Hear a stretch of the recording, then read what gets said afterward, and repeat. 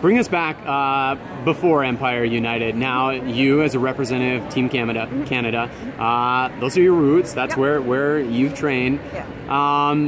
Tell us about your club there. So I'm from Ottawa. Ottawa fencing has two main coaches, Paul Apsimon and Parvis Hackendash. And I've worked mostly with Paul, a little bit with Parvis. Paul worked with me from the age of 16 to 24, and he gave me a really good technical base. He made my hand a lot cleaner and faster. I remember right after working with him, I got my first bronze medal at a Canadian tournament. So yeah, I was there at Ottawa fencing from the age of 10 to 26 actually. And after 26 then, why the departure? Well, I kind of felt like I needed something new. I really want to be a good fencer, and so it was important to me to look for the best opportunities for me to develop.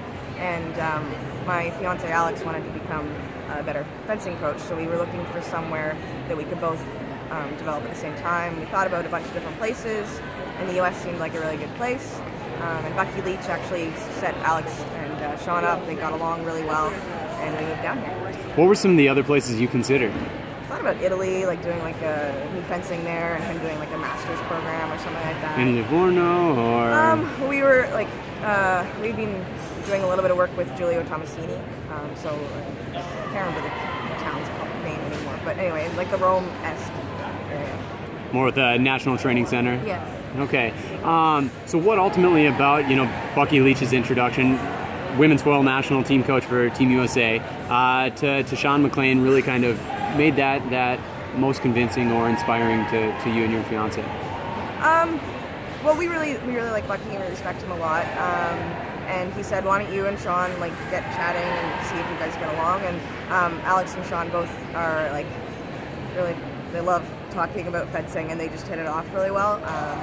Alex knew he could learn a lot from Sean, and he has, and they work really well together.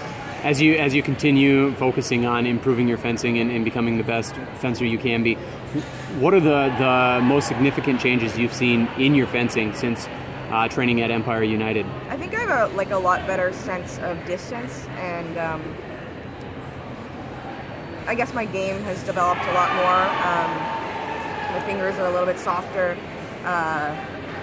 Just kind of a bunch of little things. I think the biggest thing is my understanding of distance and how to work with that.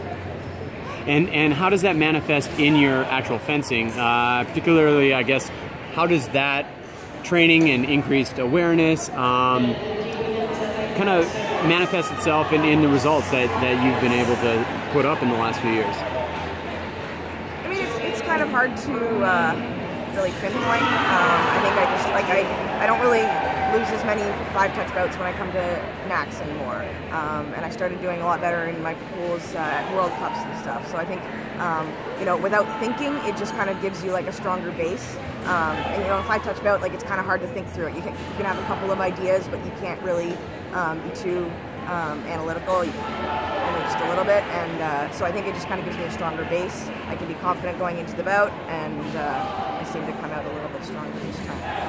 Now, with some of that strength in your fencing, Team Canada beat Team USA in the Pan Am Games last year. Yep. And on the Pan Am Championship side, Team Canada is always right there, finding themselves in the final with Team USA. Yeah, I started competing for the Canadian team at Pan Am Championships in 2008, and we have literally lost the US in every single final since then. So,